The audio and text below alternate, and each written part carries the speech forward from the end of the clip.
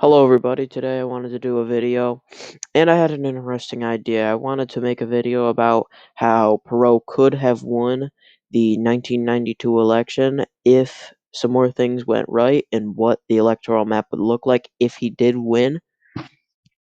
So, Perot made two critical flaws in his campaign, I think.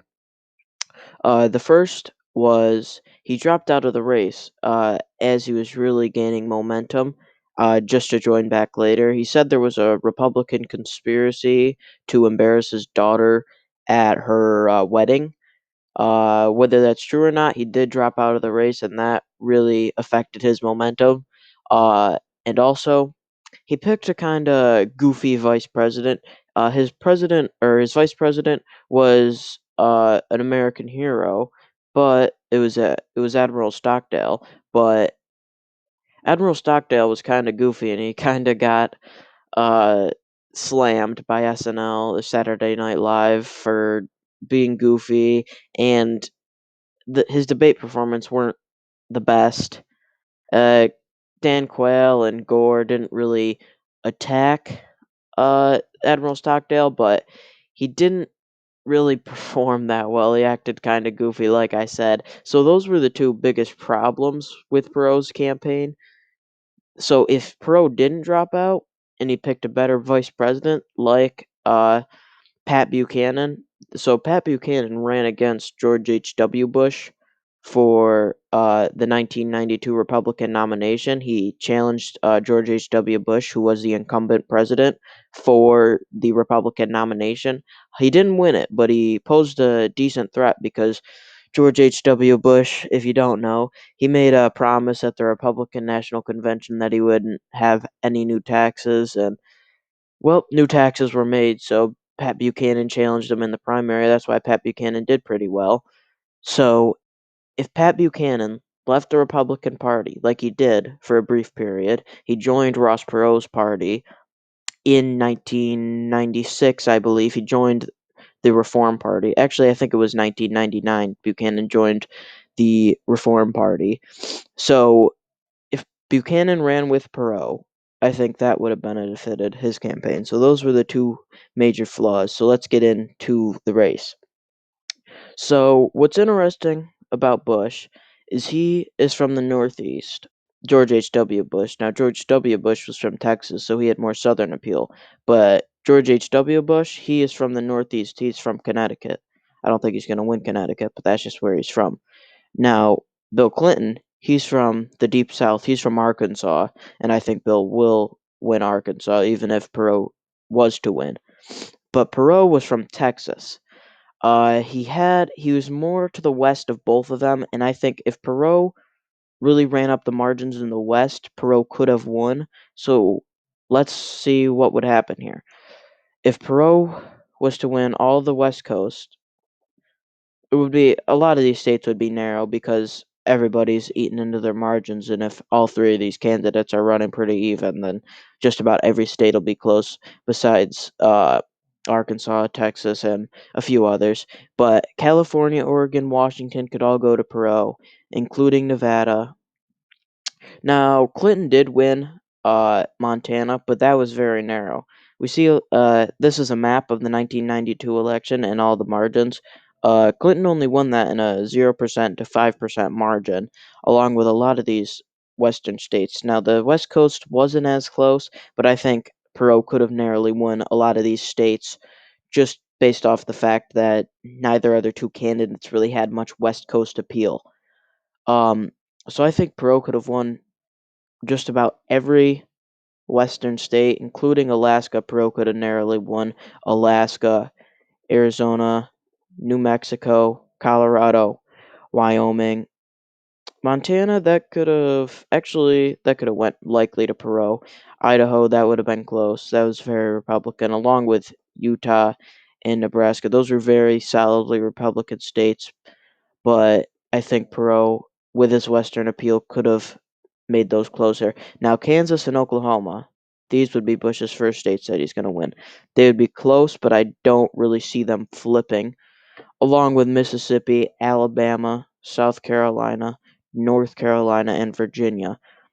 All those states, George H.W. Bush did carry narrowly once again, but he did carry them.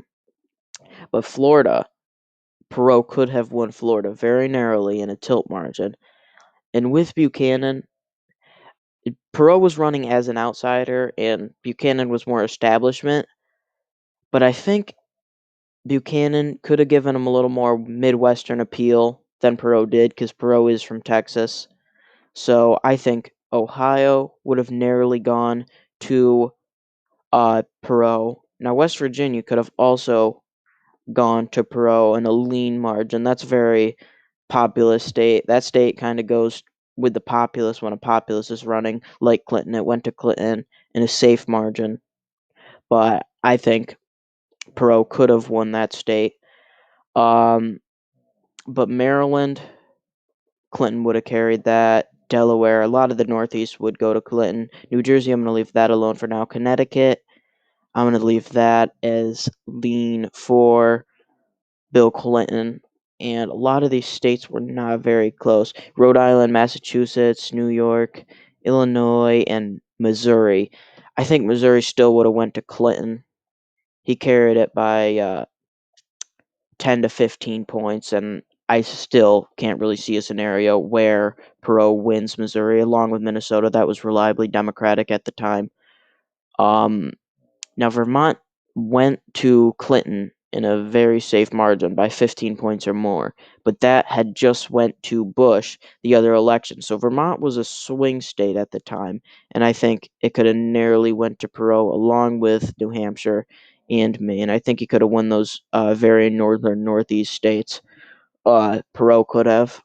Um, and Perot's now getting close. I think Perot wouldn't have that much deep South appeal, but I think he could have narrowly won Kentucky.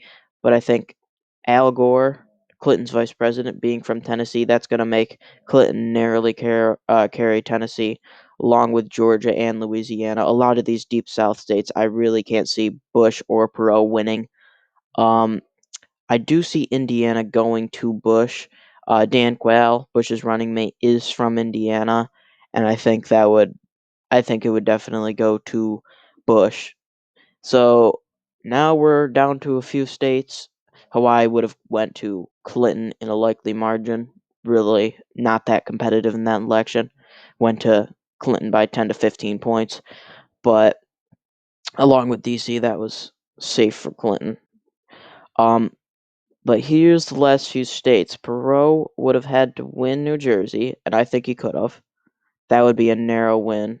Actually, I'll give it lean to Perot. I think Iowa could have went to Perot. That state swings a lot. It's very elastic, you could say. It swings a lot to many different candidates. It went to Obama in 2012, and then it went to Trump in 2016 by 9 points, like 9.5%. So that state has consistently been very swingy, and I think Perot could have carried it, along with Wisconsin narrowly and Michigan narrowly. Those are heavy union states, but I still think Perot being the outsider, kind of like Donald Trump, would have carried those two states, but I still see Pennsylvania narrowly going to Clinton. Pennsylvania, it wasn't the reason Donald Trump won it was because the disastrous trade deals, as he put it, uh, really killed a lot of industries in the Midwest.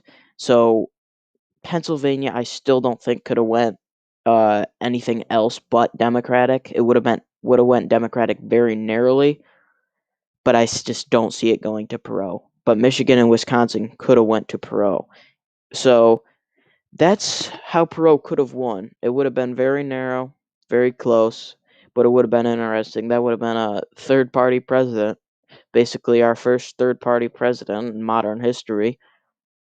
He could have been one, which would be interesting. A lot of things went wrong. If more things went right for Perot, he could have been president from 1993 to 2001. But that's it for this video. I just wanted to make a quick, different video than I usually make, an alternate history video, I guess you could say. So thanks for watching. Please subscribe if you enjoyed the content.